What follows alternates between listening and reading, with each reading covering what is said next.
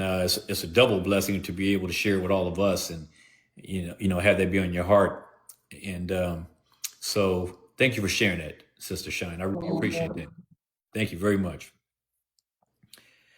So, in verse 24, we come to verse 24 through verse 26. Job says, "Howbeit, he will not stretch his hand to the grave, though they cry in his destruction.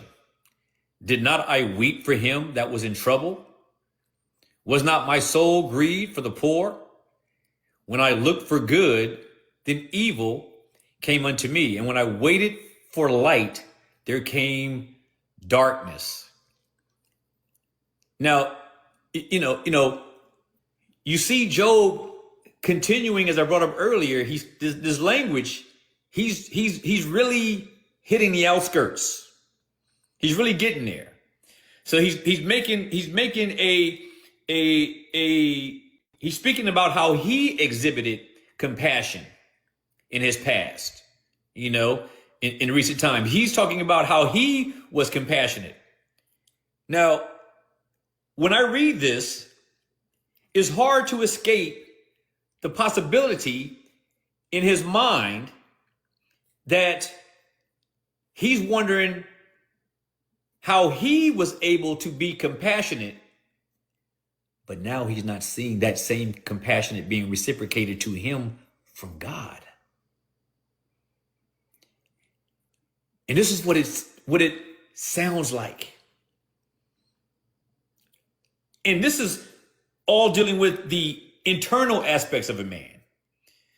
And so it's hard for us to know Job's mind other than by what he is saying. And so there are many conclusions that we can come to about this.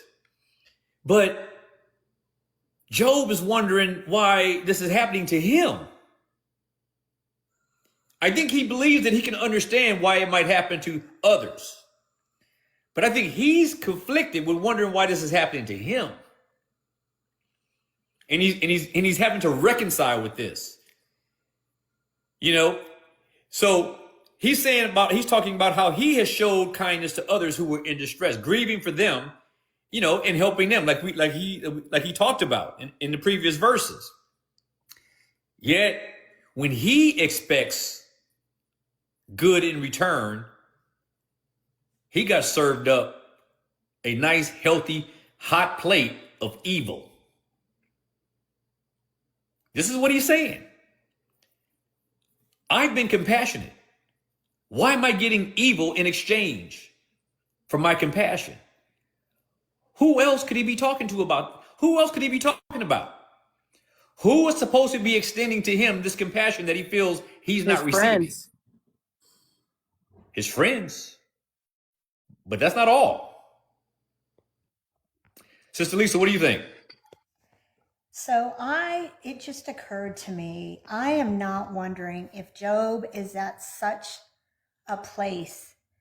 He's desperate, he's devastated, and I feel like right now he will do anything to hear from the Lord, even if that means angering the Lord into responding to him. It really came across that we know, I mean, I don't really feel like Job could have just forgot all the things he was saying. Right. And I think now he's just like, okay, God, you're going to talk to me one way or the other. And you see, he's sort of careful where he never crosses the line. He doesn't go all the way. He doesn't go all the way, but he is trying to provoke the Lord into answering him. That's what I'll say. Sister, see, I agree with that. And I agree with Vanessa also on this. And I agree with Meg on this. He is feeling that he's not getting it from his friends. He's certainly not getting it from his wife. His kids aren't there to give it to him. His coworkers and buddies in business aren't there to give it to him. But I think the thing that strikes hard is that Job thinks God is not giving it to him. See, this is where I believe that he is starting to turn this corner where he's getting on the outskirts. He's getting a bit above his skis here, because now he's starting to assign the same kind of a lack of compassion. He's not calling God. He's not saying that God is not extending to him compassion, but he's saying he's getting there.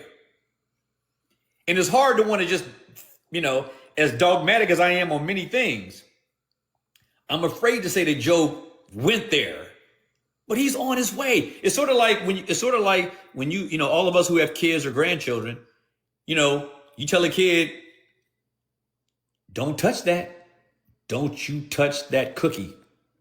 Don't touch it. You didn't eat your food. No dessert, no cookies. Don't even touch it. And the kid stands there with the plate of cookies on the table and like this, looking at it, thinking about it, upset and pouting, thinking that mom or dad is going to give in. And then the kid starts reaching out, and then if you have my mom, it'd be like something like, don't you dare. And the kid is like, a little bit more, that's where Job, that's what I think Job is at. He's like, God is like, don't go there. Don't go there. We've all experienced this. When you're about to get into something that you know is not good for your soul. It's not good. But you're thinking, this is where I think Job is at. He's out there, he's on the outskirts. He's dancing around it. He's dancing around it. And that's a scary place to be. And we all have done this to some degree. Meg, did I skip you? Did I miss you? Yeah. All right, go ahead. I agree. I think, especially from like 29 to 30, he is on thin ice. Yes. And like, but the other thing is that I think that even though when his friends spoke to him, right, when they made a case for him, basically it was what is it, Eleazar, right, that did that and made that case to accuse him of being wicked. He says in verse 24, which makes me believe, okay, Job, are you starting to believe these guys? He said, yet no one would stretch out his hand against a ruined person. Some of this stuff may start to be coming in, and he is. When he cries out to help for him, how many times I've like, let's say you've been sick and it's going really bad and you're praying to the Lord, Heavenly Father, please just help me in this moment. And you have prayed for people who have been sick, and you have helped the needy or the poor. And here you are financially in loss right now. But on the other end, you've prayed for these people. Anytime anybody needed you, I see where he's saying, it's just like, what do I do? And thinking that the heart that you had for people would be the same heart that's coming back to you. Right. And that is rough. See, sister, what it seems like Job is doing. Because if you read these verses here, just these verses that we've read tonight so far, which hasn't been that many, about 6 or 7 verses, it's almost like he's saying, no, I don't want this to come off irreverent, because it's not true, but I'm telling you what it seems like, it feels like, kind of like, which is like he's going like, if I can be compassionate to the lowly, Lord, why can't you be compassionate to me in this low estate? You see what I'm saying? It's like he is sort of like in this area where it's like you, like I've already said, but this is the vibe I'm getting. He's now trying to draw a comparison between him and the Lord, and like Floyd says, he's just being honest. He is. And like Dave says, it's a normal response. It is, but In any other scenario, it's it's a near death response, a near deadly response. But it's also our human understanding. Yes, yes. That yes. is what it is. It is our understanding. That's right. The Lord says, my thoughts are not your thoughts. My ways are higher than your ways. So when you think you have a thought that is you, it's Yep. not. It's higher than the Lord's. When you think you have a way, Yep. what does the word of God say? There's a way that seems right to a man, but its end leads to death. So anything that you think Right. is wrong. Like Right. that's what the crazy part of the whole thing is for me. Right. Sister Mariah, and then Rodney. Yeah, I just I had put in the comments that he's misapplying, and it almost seems like he's doing the same thing that his friends were doing to him Yes. to God, Yes. and not accurately applying what is going on and who his hand is really at play here. Right. Sister, I think you nailed it right there. I think you nailed it. He's doing to God what his friends were doing to him. And I think that's a really astute assessment. This is what's happening here. You know, and it hasn't gone to the extreme. But I think that this is a good chapter to reflect on when we get to the later chapter, when God goes in there and says, he goes, Job, who do you think you are? Because that's what God is saying when he says, who is this that darkens counsel with words without knowledge? He's telling Job, who do you think you are? Who do you think you're speaking for? Do you think that I don't hear what you're saying? Job is going to find out that there's another layer to God that he never saw before. And he's getting the first fruits of that right now, feeling this distance that he never felt before. But then he's going to get that rebuke, but that rebuke is going to be better than the silence, as we all know. It's better to get the chastisement of the Lord than to be ignored by him. This is a good lesson, because we're seeing what happens when the sun pulls away from the earth. Things start to freeze. So when God pulls away, when the warmth of God's grace pulls away, what does it do? It causes your heart and your soul to grow cold. See, this is what's happening with Job. So he's going through a really tough thing here, a very tough thing. Listen to this, verse chapter 30, verse 27. Job says, my bowels boiled. And I never want to have that experience. My bowels boiled and did not rest. The days of affliction prevented me. I went mourning without the sun. I stood up and I cried in the congregation. I am a brother to dragons and a companion to owls. My skin is black upon me, and my bones are burned with heat. My heart also is turned into mourning, and my organ into the voice of them that weep. So this is the last of chapter 30. And Job is expressing deep, deep sorrow here. Deep sorrow here. And he's saying that from the inward point of view, from the inward person, he's not having any rest at all. He's finding no comfort. Like Vanessa says, he's mourning for himself. He's mourning for himself. And he's doing so even in public view. Even in public view, he's doing this. And so he compares himself to desolate creatures that dwell in open fields and with loneliness and in ruin.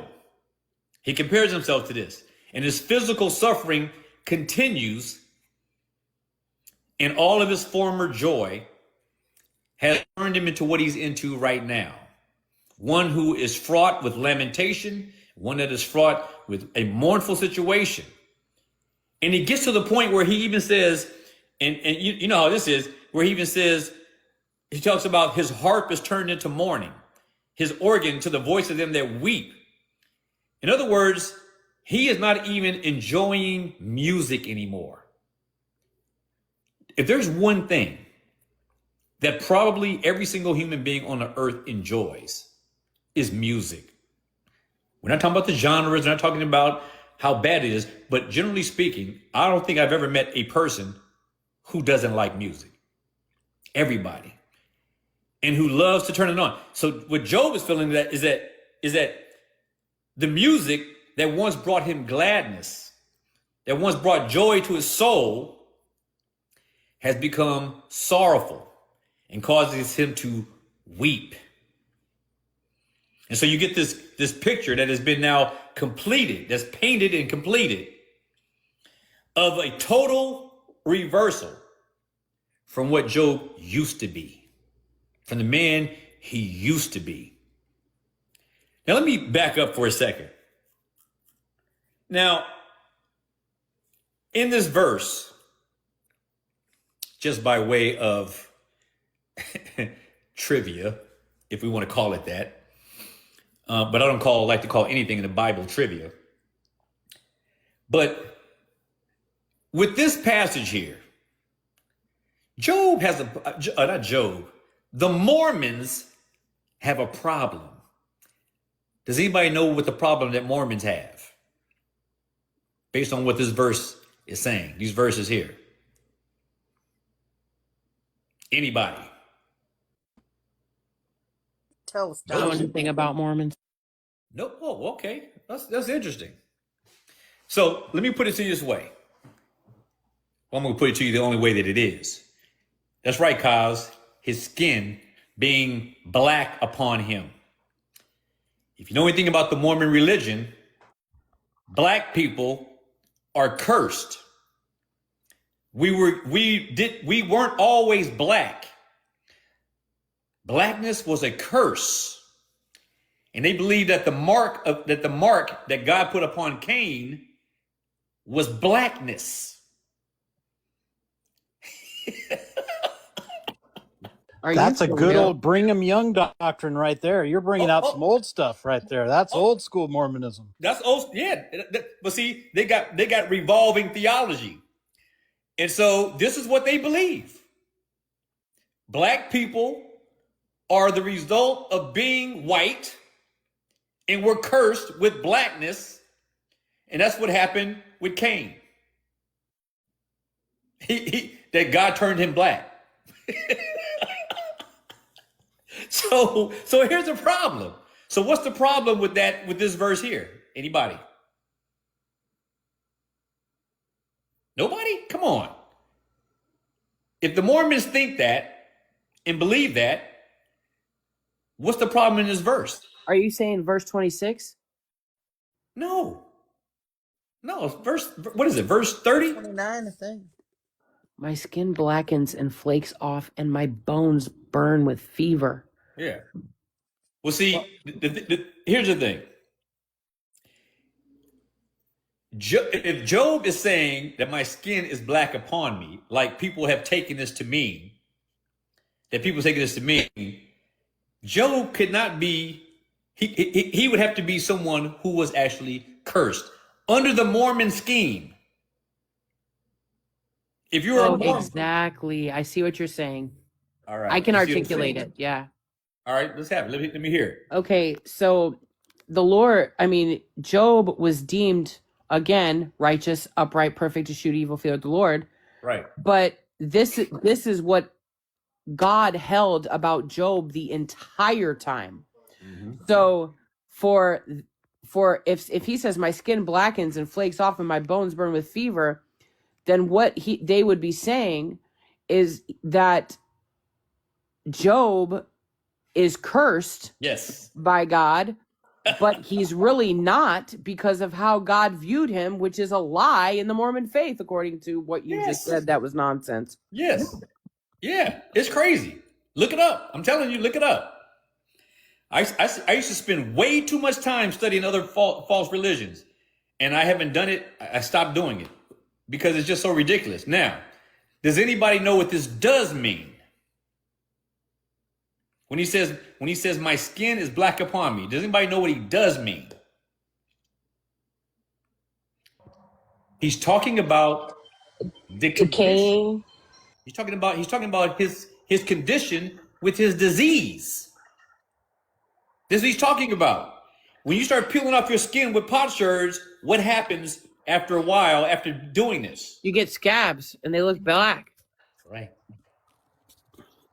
That's right. That's what he's talking about. This is what he's talking about. He's talking about his disease. He's talking about what's happening with his physical body, the change that the disease is causing, the transformation in his physical appearance as affected by this disease. This is what he's talking about. So any of you Mormons out there, you got to rethink the system you got going on. Now, he then goes on to say, and my bones are burned with heat. What does he mean? What is he talking about? My bones are burned with heat. Anybody? What is he talking about? At the very core of him is being, that the very core of him, it feels like he's under fire. His inner being, his inner being feels his like inner he's being being. burned in fire. Yeah. His heart. His heart. That's right. His heart. Go ahead, Vanessa. You had your hand up. Go ahead. Well, that's what you already answered. They already answered my question. Okay. Yeah. Yeah. But Yeah. I just couldn't understand. I've never heard that thing about Mormons before. That blew my mind. I'm thinking, wow. Yo, go Why look did it up. anybody think that? Yeah. I That's believe why- you. I just never heard it. Yeah, that's why it's in recent, Pat, you might know, but it's been in recent years where they started allowing black lay people or people in higher positions, but that's rare, very rare. You don't see it. You don't see it. But and this has probably been like is in I think the 80s when they had the first black person that they allowed into the clergy. You know, 80s or 90s. I can't remember when. It's been a while. But yeah, it's true. But I just thought you guys might like to get that little tidbit. So Job is, if they believe what this says, then Job was a black man. He was cursed, and then I'm cursed too. That's hilarious. When that happened, Jonathan, Hold on, Pat. the Your church phone- made your it. phone picking up. When the church, yes. Go ahead, Can you brother. hear me now? Yep, I hear you. You know, when that happened, when the Latter-day Saints made that change and they decided to allow black people in, one of the living prophets of the church was so upset. He said that his reaction was, if you allow this to happen, soon they'll be putting crosses on the outside of our temples. And if you allow that to happen, they'll be calling themselves Christian. Yep. And you fast forward the clock, hey, he was right. Yeah, it's crazy. Yeah. Meg, you had your hand up? I have a question real quick. Sure. So we had said previously that, not one time has Job has never mentioned Satan throughout this whole time. Right. So I kind of want to get some reconciliation on this on 26, and I know that we've went through it, but we're kind of reading everything as a whole. And I'm reading a CSB tonight just to get some different context. What is that Bible? What I never heard of that before. What is that? It's a Christian standard. It's All right. Yeah. All right. I never heard that before, but go ahead. But this one says, in 26, it says, but when I hoped for good, evil came. Mm-hmm. But when I looked for light, darkness came. Mm-hmm. So if he's not attributing anything to the enemy, like what does he mean by like, when I hope for good, evil came? So is he looking at this verse in the sense of the absence of God, that he's not feeling him, that he's not, because The You're opposite. you're getting real theological now. I see where you're going, but go ahead. Go ahead. Well, because evil is not a created thing, right? It's the absence of God. So would he essentially be feeling that God is absent if evil came? Because the absence of light, right, is darkness. Turn to Isaiah 45:7 and tell me how you interpret that. Oh, calamity. I am the author of calamity. But I would interpret, let's read it, but I'll interpret it. I hope I'm right because this is how I've always interpreted it. So Isaiah 45:7 right here.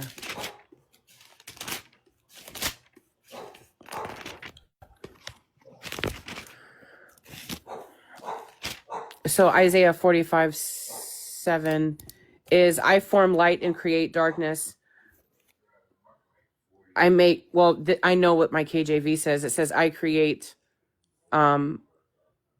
this one says I make success and create disaster. I am the Lord that do all these things. But in the KJV, it says that he creates calamity and evil, right? Yeah. So now, hold on one second. One more verse. You don't have to turn to it, but you probably remember this because it's in the book of Job. What did Job tell his wife? When she told him to curse God and die, what did he tell her? Should we not take the good with the bad Yeah. or the evil? That's right. Okay. Right. So I would just say God doesn't create moral evil.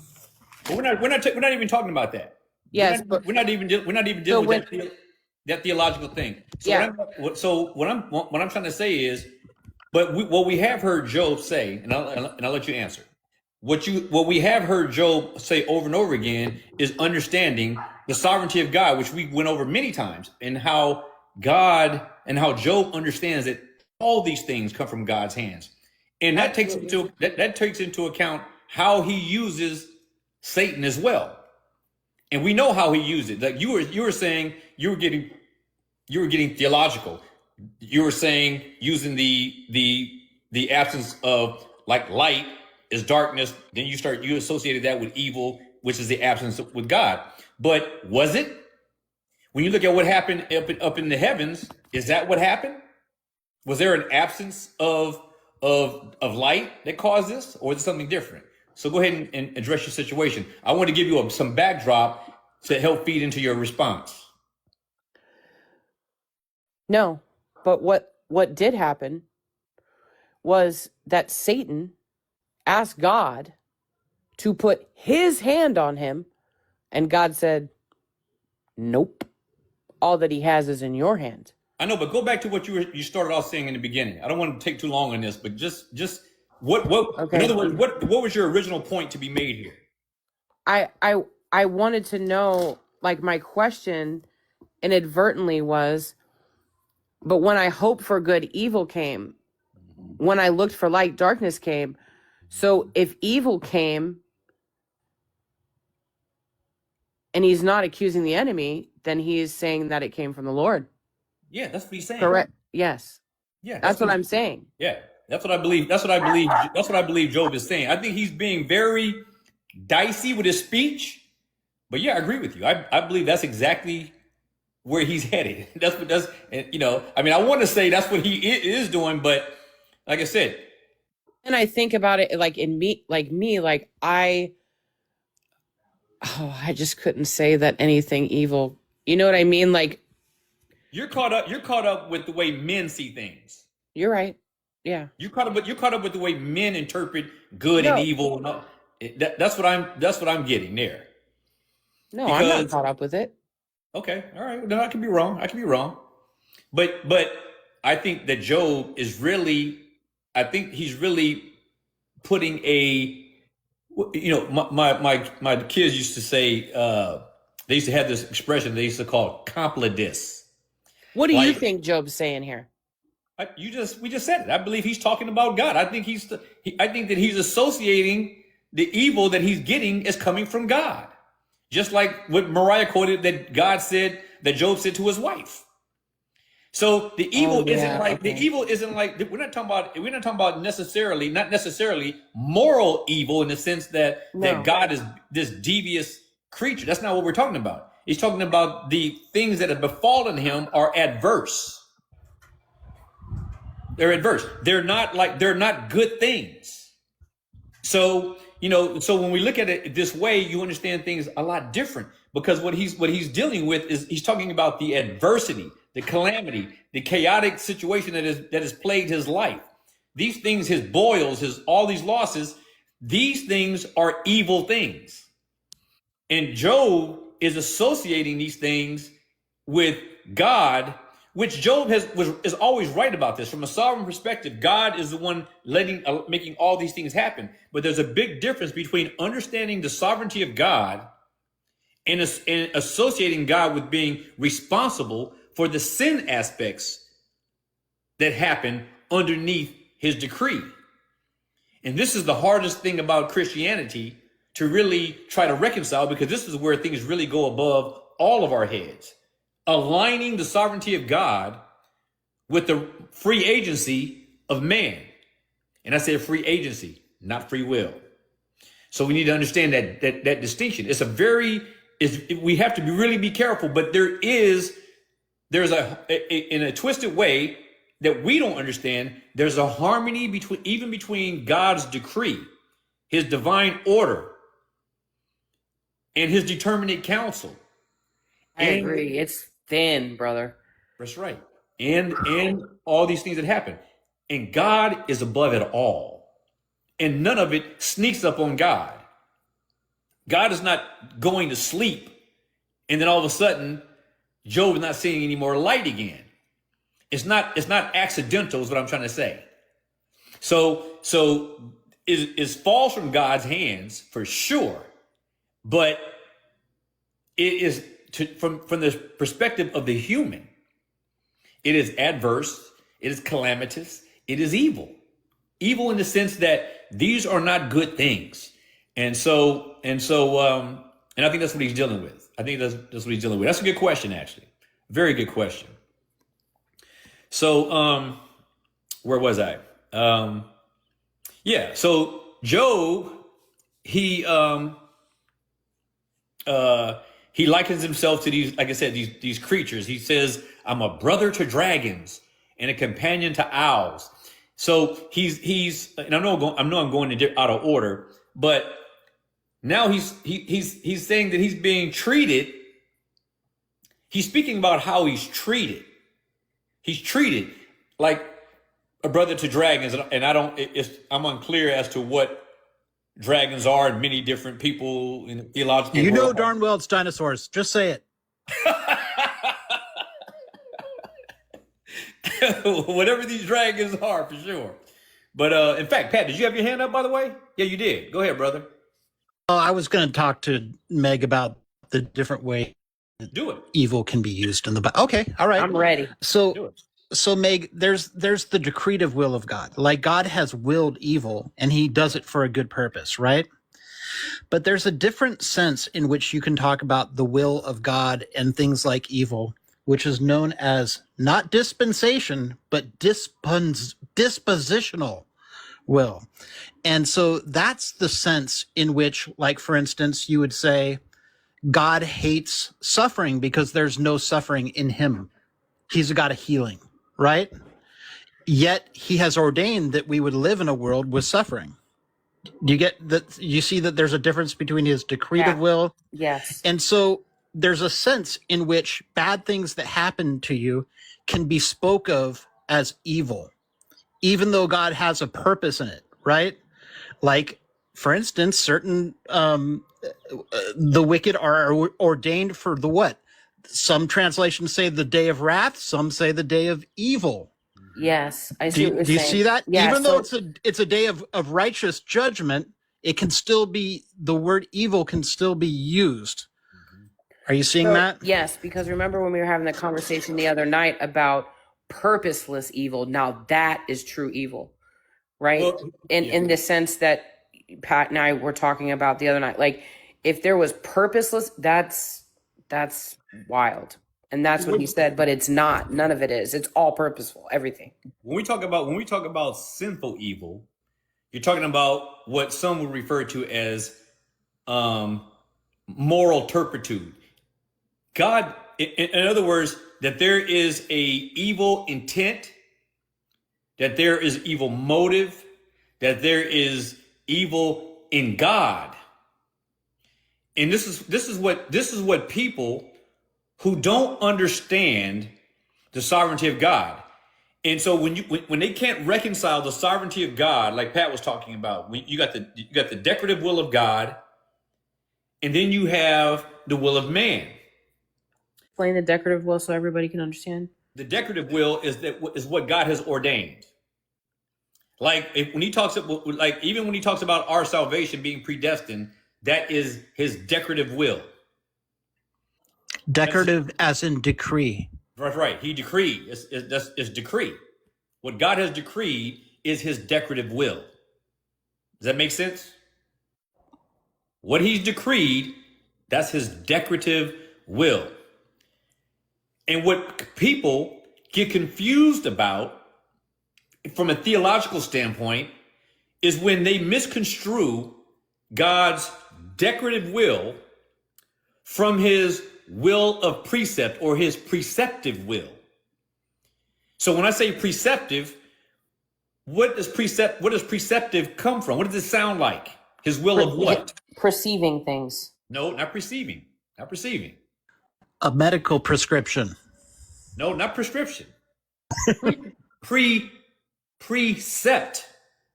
Not prescript. Precept. Purposeful will. His precept, his will of precept. So what is the number one example in the Bible of God's will of precept? Anybody? The Lord Jesus Christ. No. Don't eat of the tree. You're getting there. Commandments. His commandments. His commandments. Obey my law and you shall live. His law is his will of precept.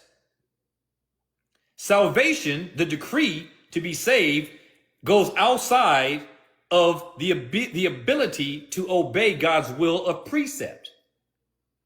You have people always quote Isaiah all the time when he says, line upon line, precept upon precept.